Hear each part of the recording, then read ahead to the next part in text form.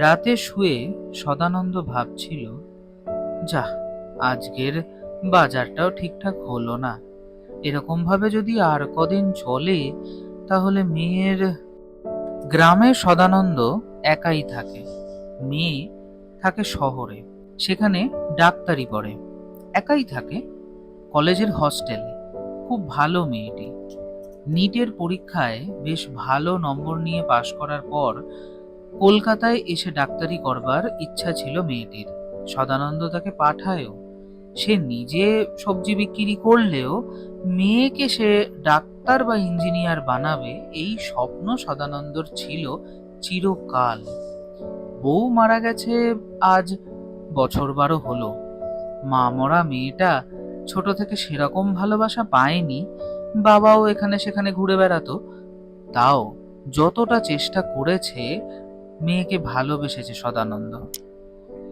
কে জানে মেয়েটা এখন ঠিক করে খেয়েছে কিনা, ঘুমিয়েছে কিনা, নাকি পড়াশোনা করেই সময় কাটাচ্ছে। এসব ভাবতে ভাবতে প্রায় ঘুমিয়ে পড়েছিল সদানন্দ।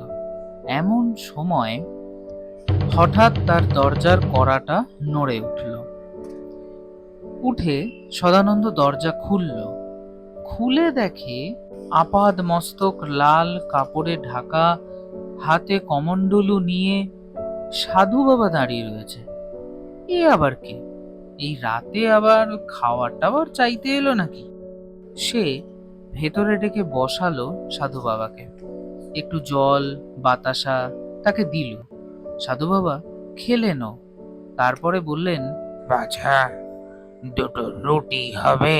সদানন্দ বলল, রুটি তো বানানো নেই, তাহলে একটু দাঁড়ান দেখি, বানিয়ে এনে দিচ্ছি।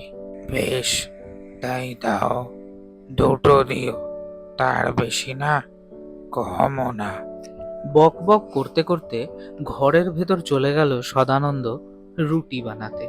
ঠিক দুটো রুটি বানিয়ে একটু আখের গুড় দিয়ে একটু জল দিয়ে যখন সে ঘর থেকে বেরিয়ে কাপালিককে দিতে যাবে, এমন সময় দেখে সেই লাল শালুটা মেঝেতে পড়ে রয়েছে, অথচ কাপালিক কোথাও নেই। তার লাল শালুটা সেখানেই পড়ে রইল। কিছুক্ষণ বসে বসে ভাবলো, তারপর দরজাটা বন্ধ করে কাঁথাটা মুড়ি দিয়ে চুপচাপ ঘুমিয়ে পড়ল সে।